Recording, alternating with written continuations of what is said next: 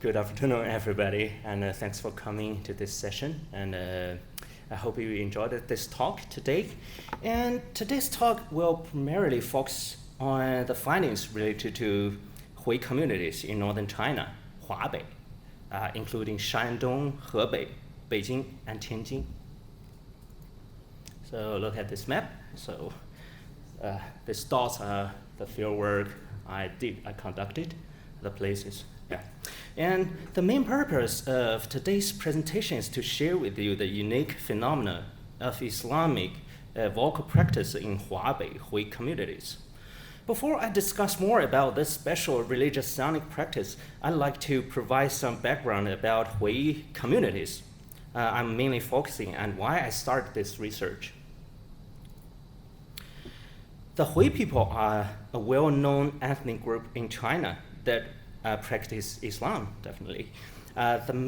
We can see from this map, the majority of Hui population actually live in northwest regions like Xinjiang, Qinghai, Gansu, and Ningxia.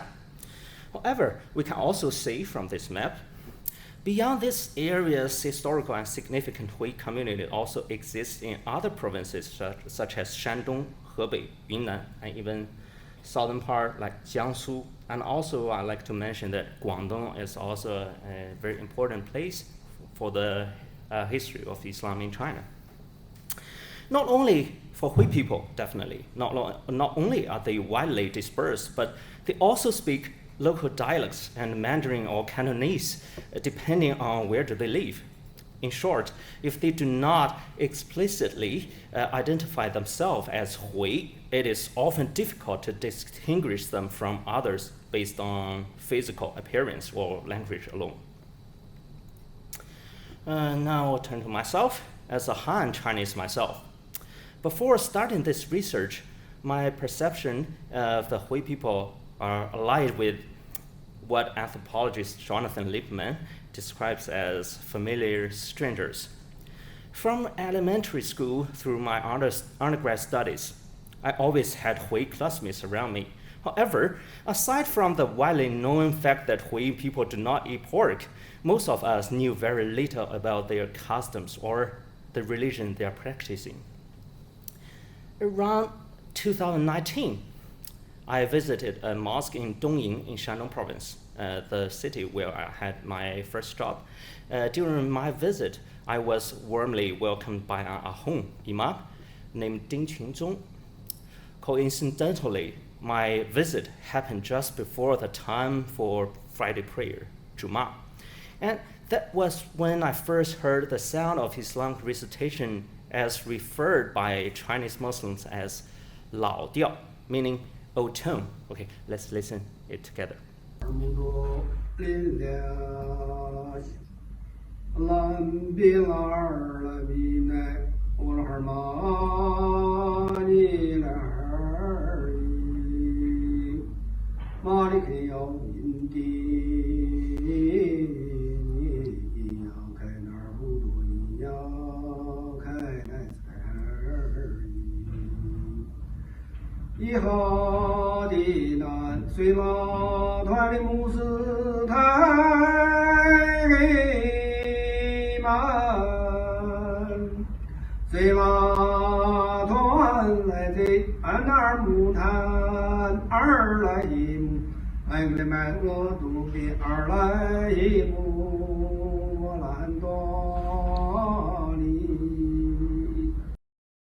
Okay, the sound was strikingly different from the Islamic recitations I had heard elsewhere, such as those from Southeast Asia, North Africa, and the Middle East.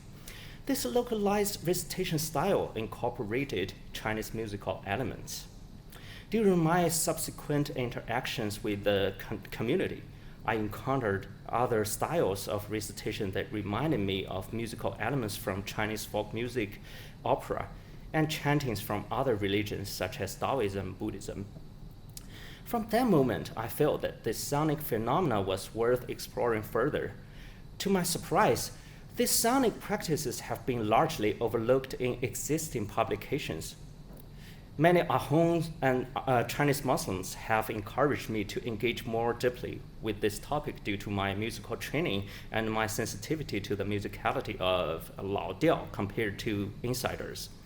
Additionally, they view it as a valuable heritage and a source of wisdom passed down from their ancestors. Here is another example of a recitation I heard back then. Let's listen to it together.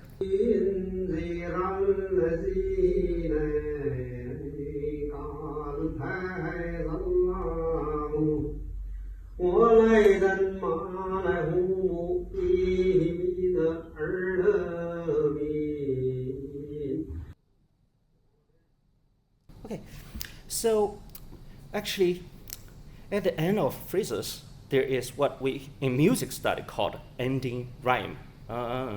So happen at every end of the sentence. A common melodic pattern is found also in Chinese Taoist chants. So a short question for the Muslims today. Do you recognize which chapter of the Quran is being chanted in the video? No, it's hard. Actually, okay, here's the answer. Al-Kahf, the cave.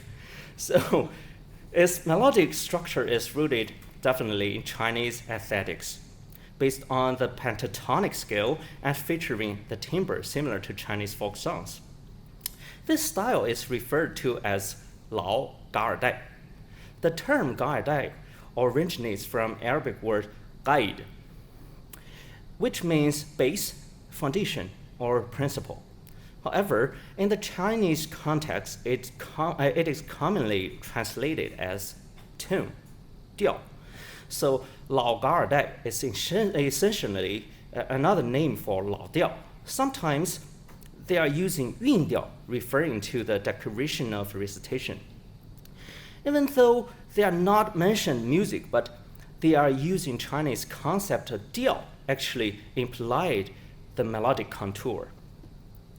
Another feature is the lyrics. So it's still in Arabic based, but delivered with heavy Chinese accent. At this point, you might have same questions as me after those observations. Why do Chinese Hui Muslims recite in this way? How does this recitation function in Chinese context? What is the significance of this style of recitation in the history of Islam in China? This presentation begins with the assumption that auditory aesthetics provide a unique lens for understanding the development and transformation of a community's ideologies. By tracing the genealogy of Hui soundscapes, it explores how the religious practices and beliefs of Hui Muslims have evolved through a process of localization, adapting to shifting demands of historical and cultural contexts. The sonic practices of Hui Muslims not only highlight the dynamic nature of Islam, but also underscores Hui Muslims' ability to adapt, evolve, and flourish in an ever-changing world. The renowned Islamic scholar Said Nasr states that quote, the history of Islam in China is almost as old as Islam itself, and quote. There is a legend that the Hui people often share when you ask about their origins. During the Tang Dynasty, the Emperor Taizong dreamed of a great monk wrapped in a turban who drove away demons for him. Upon waking, he interpreted this as a significant sign and sought the monk for assistance. According to this legend, this great monk was said to be the Prophet Muhammad, who in response sent an envoy of 3 people, Gai Si, Wu Wes, and Ga Xin, to China to help the emperor.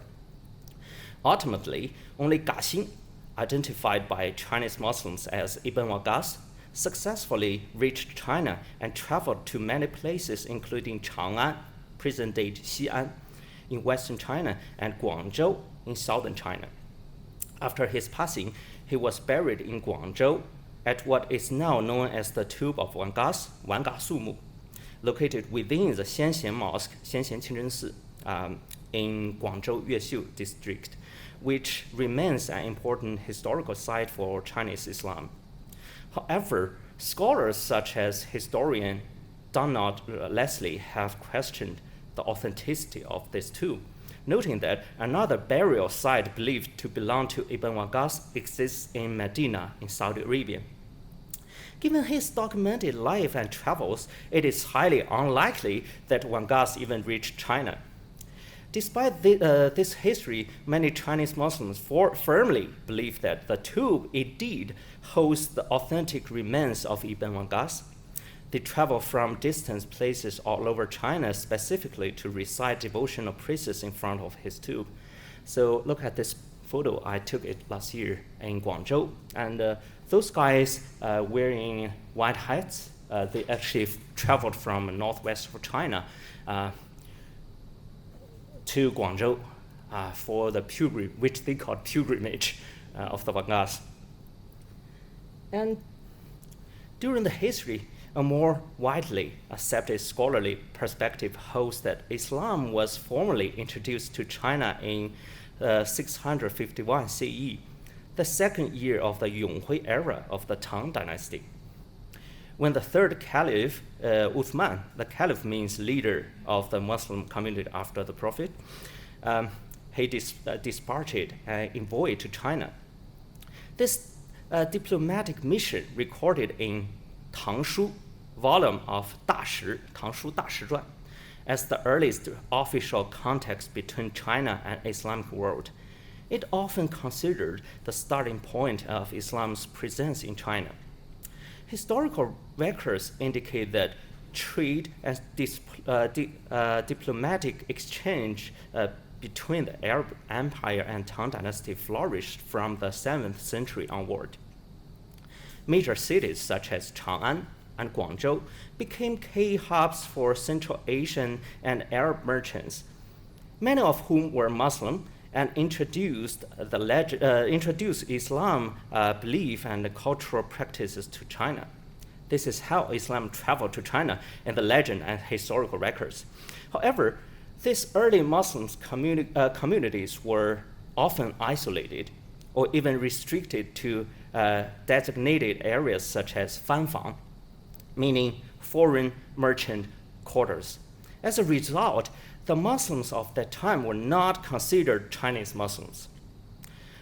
Unlike many other regions where Islam spread through active missionary and proselytization, its continuity in China has been largely maintained through ethnic and familial lineage. During the Yuan dynasty, Muslim soldiers and traders who arrived with the Mongol army were classified as 色目人, people with colored eyes, a designation properly given by the Han majority to highlight their distinct and recognizable physical features. These early Muslim settlers intermarried with local populations, gradually forming a distinct ethnic group, the Hui. A key turning point in the localization of the Hui was the adoption of Chinese language. During the Ming Dynasty, the Hui community solidified as a distinct group, marked by the increasing use of Chinese in religious discourse and the gradual loss of proficiency in Persian and Arabic. From the Ming Dynasty to the late Qing Dynasty, a significant body of Islamic scholarship written in Chinese emerged, known as the Han Kitab, Hanwen Jingxue Yundong. This intellectual movement was led by Hui scholars from the 17th century to the early 28th century, who translated and interpreted Islamic teachings through the lenses of Confucian, Taoist, and Neo-Confucian philosophies. A central role in this intellectual movement was played by 17th to 18th century Hui scholars who are proficiency in both Arabic, Persian, and Chinese, known as Hui Ru. Prominent figures such as Wang Daiyu and Liu Zhi were among the most influential Hui Ru scholars. For those who are interested in learning more, Professor Frankel has an excellent book on Liu Zhi that I highly recommended reading after this talk, and he also has another book for Islam in China. You will get most of your answer of your questions in Islam in China. Okay, so since I'm a ethnomusicologist, from an ethnomusicological perspective, one important sign of how Islam became localized in China is the change in recitation style, capturing people's sense of beauty and style. This shift found in parallel in artworks in historical Chinese Islamic buildings and calligraphy.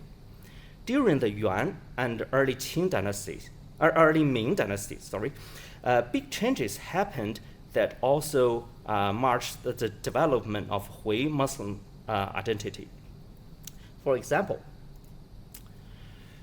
I took these photos in Beijing last year. This is Beijing Dongsi Mosque. It divided into two parts, 前殿 and 后殿, the front hall and back hall. So this one is front hall. This one is back hall. Okay, the front hall actually built originally during Yuan dynasty, and the back hall built during Ming dynasty and restored during Qing dynasty. So apparently it shows how builders moved from using stone to wood, and from Arabic style design to Chinese style architecture. And this one is the outlook of Dongsi Mosque. Is undistinguishable from other Chinese temples like Taoist and Buddhism temples, right? And another typical example is Arabic calligraphy, also changed over time. In Yuan dynasty, it kept a more traditional form. It means if you are Persian or Arabic speaker, you will easily read it. But by the Ming and Qing dynasties, Chinese brush style were added. So this mix created a special kind of Arabic writing that only Chinese Muslims could fully understand. It became a unique part of Hui Muslim culture. So let's try. So this one, from the right side, can you guys read it? I took this picture last year in Tianjin. It's actually Ya Allah Hu. Yeah, Ya Allah. Oh, and also on the left side is actually more complicated. Okay, let's try one from there. Okay, what this is? This pattern is orchid, right? So look at the highlighted part, leaves and roots. Give you a hint on it. There's actually two Arabic sentences hidden inside. Anybody read it? It's easy to recognize the bottom one. Bottom one, yeah. So then you can guess the top. Yeah, I think you will get it. Oh, all right, how about this time? Yeah. For the one who cannot read Arabic, I will explain it a little bit. Here is actually the pillar, most important pillar of Muslim. If you want to convert Islam, you have to recite it first. These two sentences is La ilaha illallah, this side, which is the leaves here. And the roots one is Muhammad Rasulullah. It means there's no God but Allah, and Muhammad is messenger of Allah. And so you can see how calligraphy style changed over time. And this demonstrates that the localization of Islam in China is actually a multi-dimensional and multi-sensory process, unfolding over time through various cultural expressions. Since this talk focuses on auditory elements, reconstructing historical soundscapes presents a challenge, as no recording exists from those times. Therefore, my analysis relies on insights derived from a combination of fieldwork and historical evidence to trace the sonic dimensions of Islamic localization in China. The formation of Laodiao in northern China is closely linked to the development of Jingtang Jiaoyu, I will refer to it as Jintang education as follows, or Chinese Islamic scripture hall education. This educational model institutionalized and standardized practices such as recitation methods and ritual procedures, ensuring their preservation to these days. Jintang education has played a crucial role in maintaining Islam within China, ensuring its continuity despite the absence of onward missionary activities. As a religious minority, Hui Muslims have relied on this system for centuries to preserve and pass down their faith. Jintang Jiaoyu, or Jintang education, was founded by this guy, Hu Dengzhou, of the 16th century. According to historical texts such as the Jingxue Zhuanpu, which written by Zhao Can and She Yunshan, so was composed during the Kangxi period, already 200 years apart from Hu Dengzhou's period, but they recorded the genealogy of Jintang education spans nearly like this 200 years. Hu Dengzhou, during his time, was a dedicated scholar in the Islamic studies. According to Jingxue Zhuanpu, however, the prevailing challenge of his time was that 经文匮乏，学人寥落，既传译之不明，复产扬之无字。This code specifies the difficulties faced by Chinese Muslims. As it says, Islamic texts were scarce, scholars were few, and nobody could translate or transcribe the scripture properly. So the inner meanings of Islam remained unclear, making it difficult to systematically convey and interpret Islamic teachings. Thus, Hui Muslims faced the monumental challenge of how to ensure the survival of Islam in China by adapting it to the local cultural and linguistic environment. It is said that Hu Dengzhou, during his time as a merchant, encountered an envoy from an Arab, or somebody said Persian state. They are living together and discuss scripture every day. After years of study under this scholar, his understanding of Islamic law and theology improved tremendously. So Hu Dengzhou 遂慨然以发明正道为己任, determined to promote the correct teachings of Islam. Upon return to his hometown, he established a free Islamic school based in the mosque, integrating elements of Confucian private academies, 私塾教育. This system was then called Jintang education, became the foundation of Chinese Islamic education. Scholars researching in the localization of Islam in China are likely familiar with Hu Dengzhou's role in establishing Jintang education. However, his contributions to the transmission of Quranic recitation and other forms of religious chantings, such as praises, have often been overlooked. Recitation itself is a fundamental practice for Muslims, integral to both Islamic rituals and daily worship. Therefore, a key aspect of this study is to examine how figures like Hu Dengzhou strategically adapted religious recitation to fit the Chinese context. According to Jingxue Zhuanpu, Hu Dengzhou revealed the secrets of the heavenly teachings, disclosing their subtleties and matched them with the rhythms of the Eastern land sounds.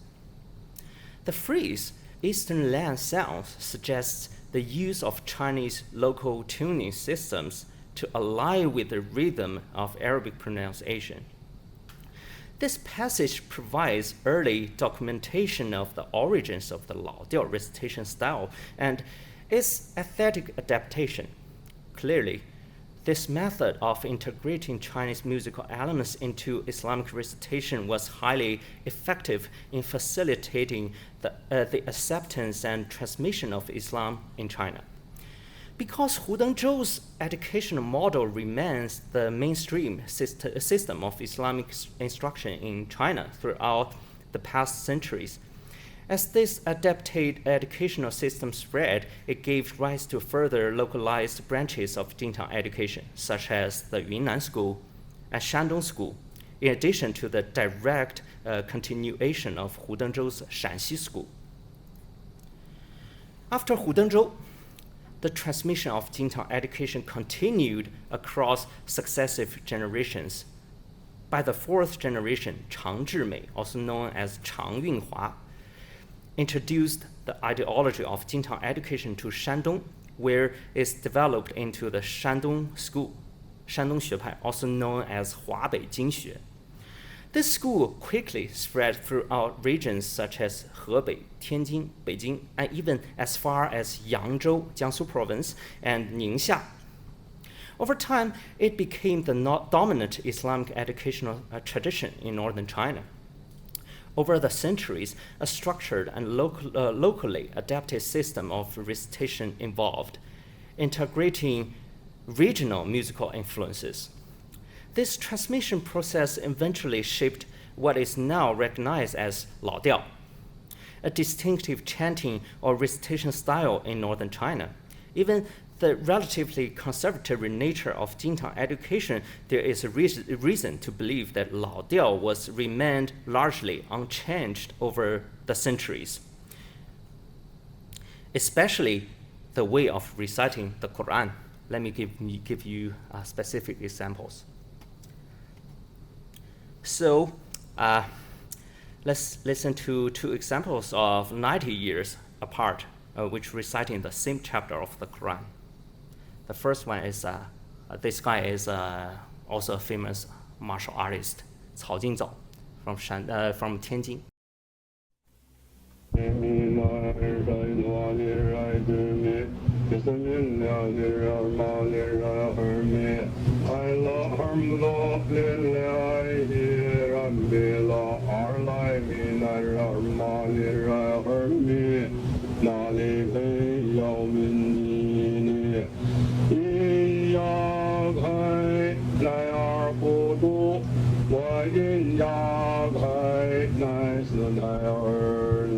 So another is I recorded last year in Zibo.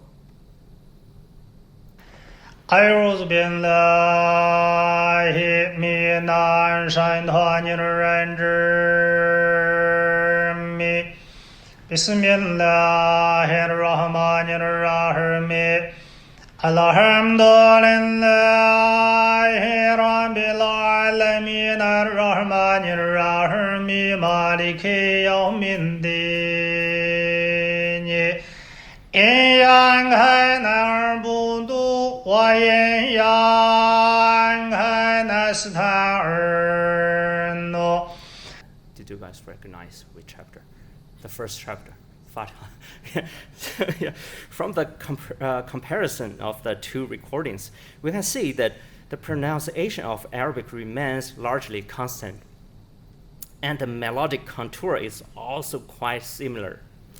The only differences lie in some subtle variations in ornamentation within the melody. This stability can be attributed to the fact that the recitation system is not only built upon a strict master-apprentice tradition, but also incorporates the rigid and methodical teaching method modeled in private Confucian schools, the 私塾教育, where students learning exactly as their teachers instruct.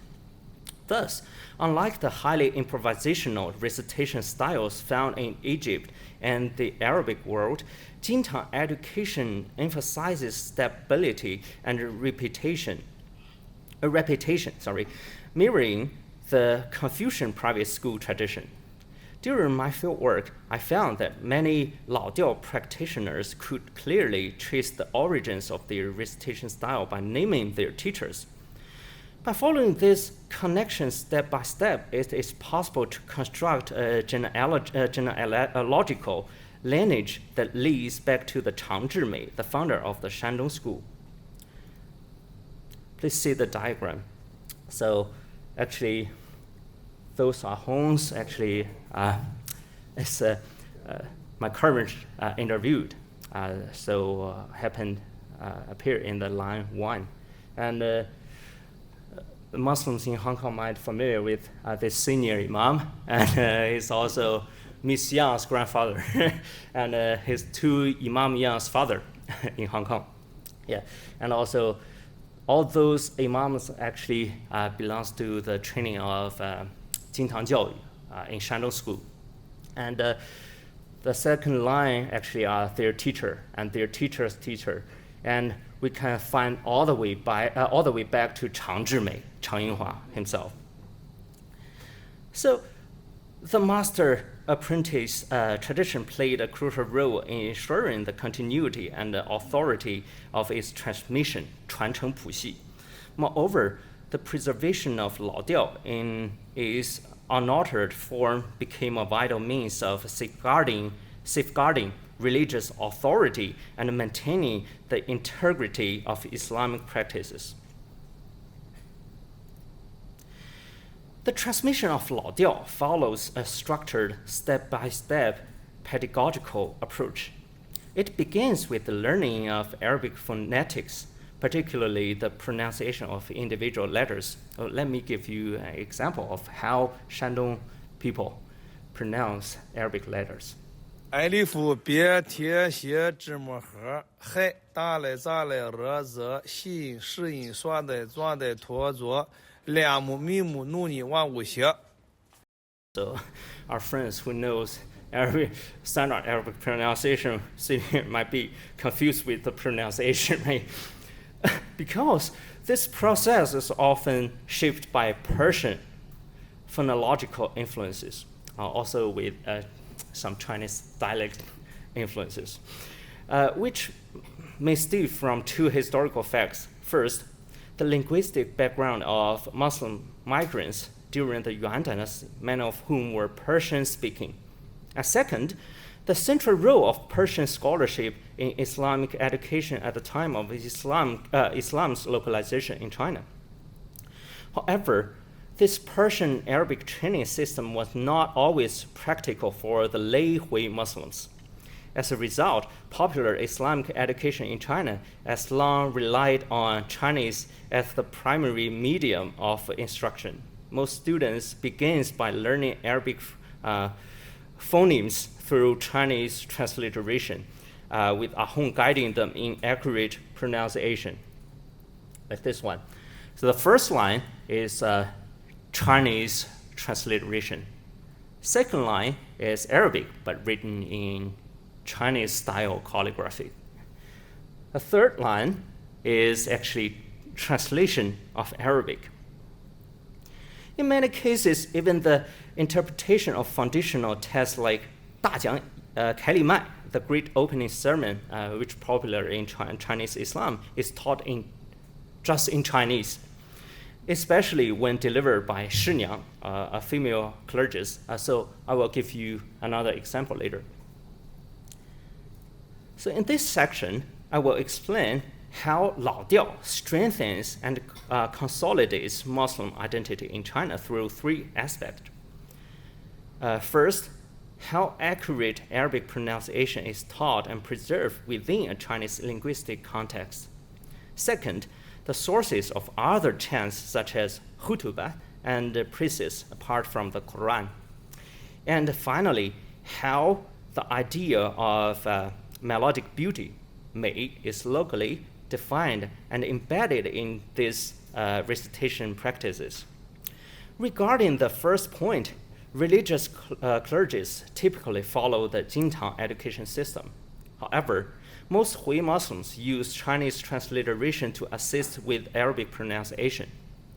Despite limited fluency in Arabic among lay practitioners, this method enables a broader range of believers to meet their daily worship requirements through the memorization and chanting of selected ayat, verses, and surah chapters, typically those used in prayer or religious gatherings. individuals can participate in fundamental devotional acts. Interestingly, they even incorporate various dialect elements to enhance pronunciation accuracy. So let me give you another example. So this actually I collected during my fieldwork. For the one who cannot read Chinese, in the bottom here is actually this word. I collect this term in Shandong, but this one right here in Tianjin. Why they use two different Chinese characters to refer to the pronunciation, transliteration, I mean. So, salawat. So the first letter is sod. A lot of people told me, this pronunciation is not exist in Chinese. But I thought this is not exist in Mandarin Chinese. But we can find a closer pronunciation in dialects. Okay, so suo la wa tai, it makes no sense. But if I read in Shandong dialect, suo la wa tai, so it's closer, right? Shandong dialect pronounce suo as suo. So, and for the Tianjin people, Tianjin dialect, they pronounce shuai, not as shuai, suai. So it's suai le wa tai. So it's actually more closer to Mandarin Chinese. And for this one, I collected during my fieldwork from a Beijing native Hui people. This book printed almost 100 years ago. We can see in Mandarin Chinese, it will pronounce suo lei. It means surah. For the one who cannot read Chinese, surah. Okay, but it makes no sense in Mandarin Chinese. But in Beijing dialect, suara is much better, right? So a lot are going. So it's actually a very, I think, interesting examples I found.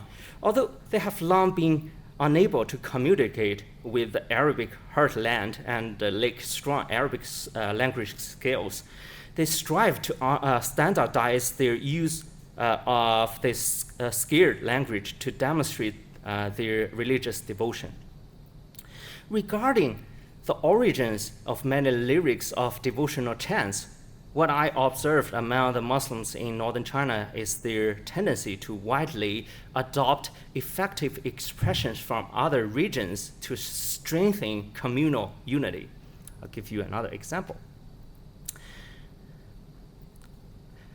This one called Bai La Tai, I collected in Jinan. Bai La Tai means the night of redemption. Is specific means the 15th night of the month of Shaban, the eighth month of the Islamic calendar. So it's also a name of this priest.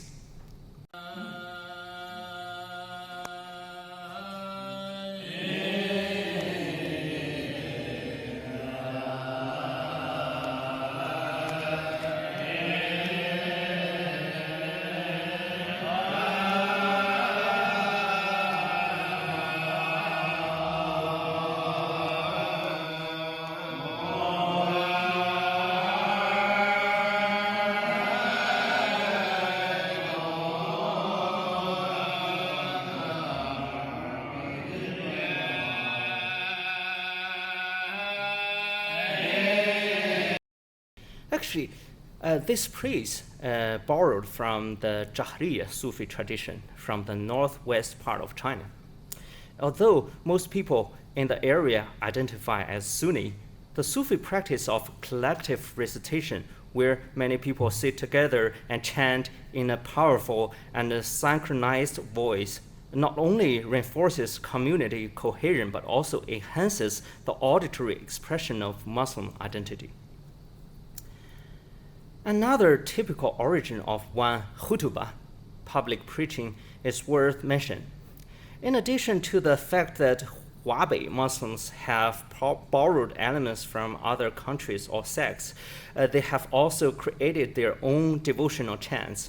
A representative example of this is Yiliahan, also named Wild Geese Land on the Desert. There is actually a brief story of Yiliahan. It is said that Liu Maoxiu, this guy, the imam of the Niujie Mosque in Beijing, was a fourth-generation disciple of Chang Zhimei. He overcame many difficulties to go on pilgrimage to Mecca. While traveling in the deserts of northwest China, he suddenly saw a flock of wild geese flying up and down in the desert. Tired from flying, they landed to rest. Inspired by the geese' fearless spirit in the face of harsh environments as they flew towards their desired destiny, he felt that as if he were also seeing the Kaaba in Mecca, the destination of his pilgrimage. Moved by this, he recited this passage of Hutubah right away. The Gaardai, also a melodic contour, was intended to mimic the feeling of the geese flight up and down. And because it was particularly touching, his students eagerly imitated and learning it, pass it down to these days. I collected a clip which recited by the most representative Ahong. He already passed. His name is Zhang Changgong, and let's listen to this verse first.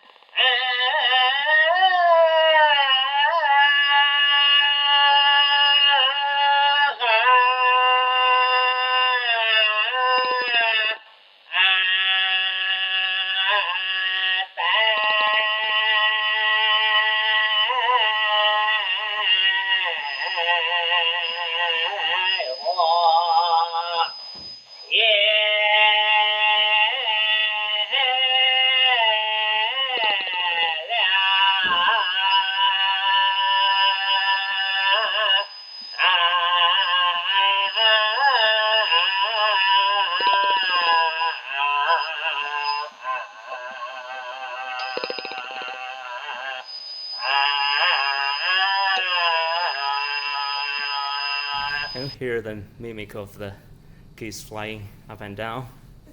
It's everybody told me it's the hardest piece to recite because you have to stay on the high pitch and recite lasting about 30 minutes and on the high pitch. So this is a portion of it. I won't play the whole thing.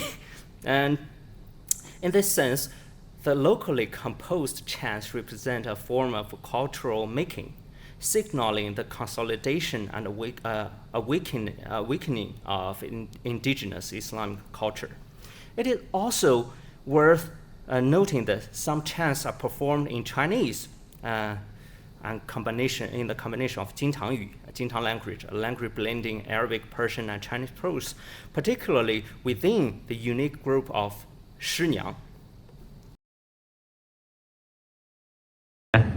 俩一俩海音蓝拉呼，这个言语是头儿的贫瘠，是莫名的根本，是激情的现在，是开天堂门上的钥匙。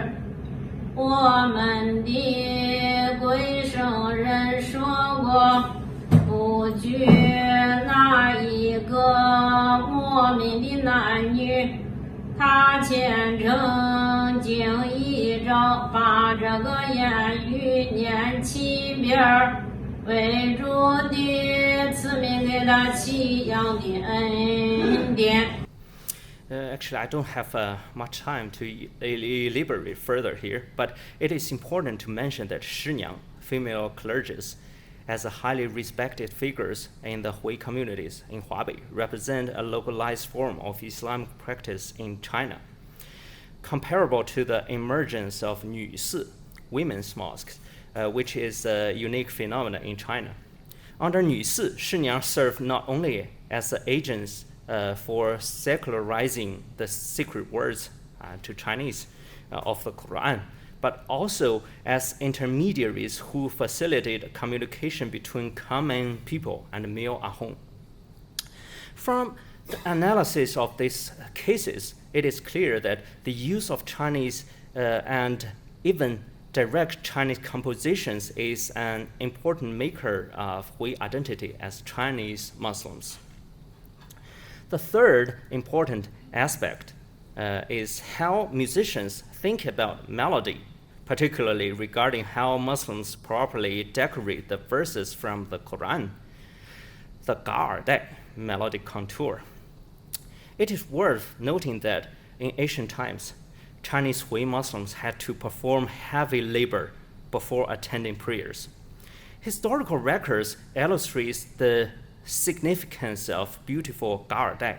So I found it in Gangzhi as annals of Niujie, Beijing. So they recorded a guy named Wu Guoqing, a figure from probably Kangxi period, with the birth and death days, years unknown. But his what they describe his recitation is 慢声丽韵. So the Ga'ardai, which implies a long, lasting, and profound impact. They also refer to it as yun, defined as rhyme, similar to the terminology used for local Chinese opera. During my fieldwork, I discovered many recitations that incorporate elements of Chinese folk songs and Chinese opera. Let's listen to one clip first.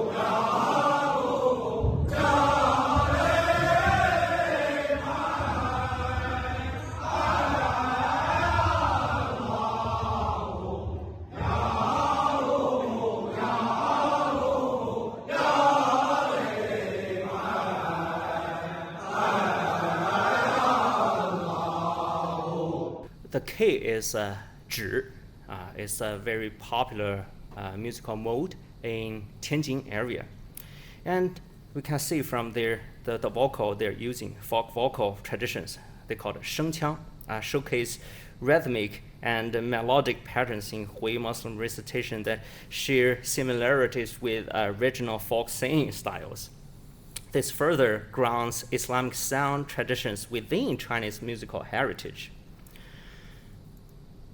Furthermore, traditional Chinese opera, Jingju, and regional opera styles incorporates elements of Chinese opera vocal techniques, particularly in the ornamentation and melodic phrasing of religious chanting. This here is another example. M 2白 提了努 飞 ra 一 卡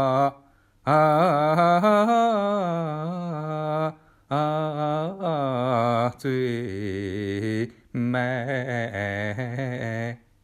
听. Okay, as the reciter Zhang Mengchun mentioned to me, his father and even his great-grandfather sought help from local opera singers to improve their recitation skills, specifically from a local opera called 烙亭大鼓.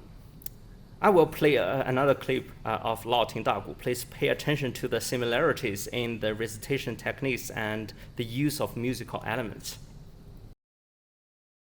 有一个中年男子本性让，提起来人人痛恨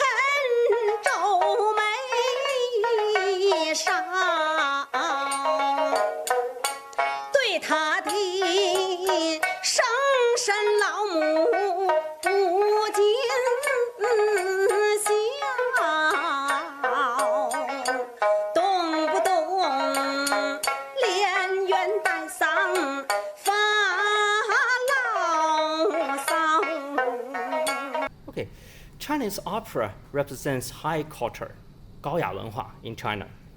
And in its localization, it simultaneously reflects the devotion and sanctity of religion.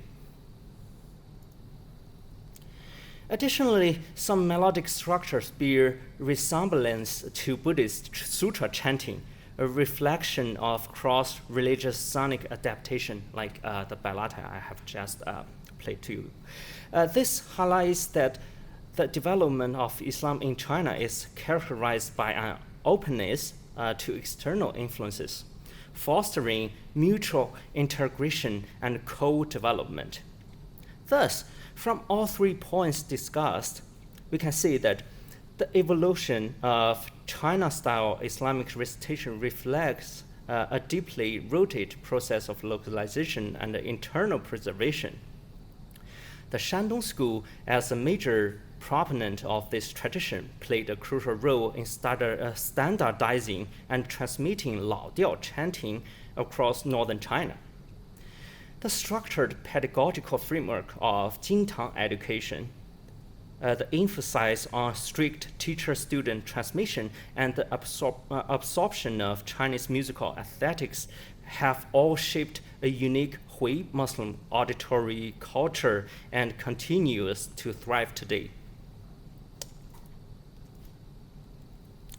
In fact, after 1920s, with the convenience of travel, Hubei Muslims gradually began to engage with the outside world.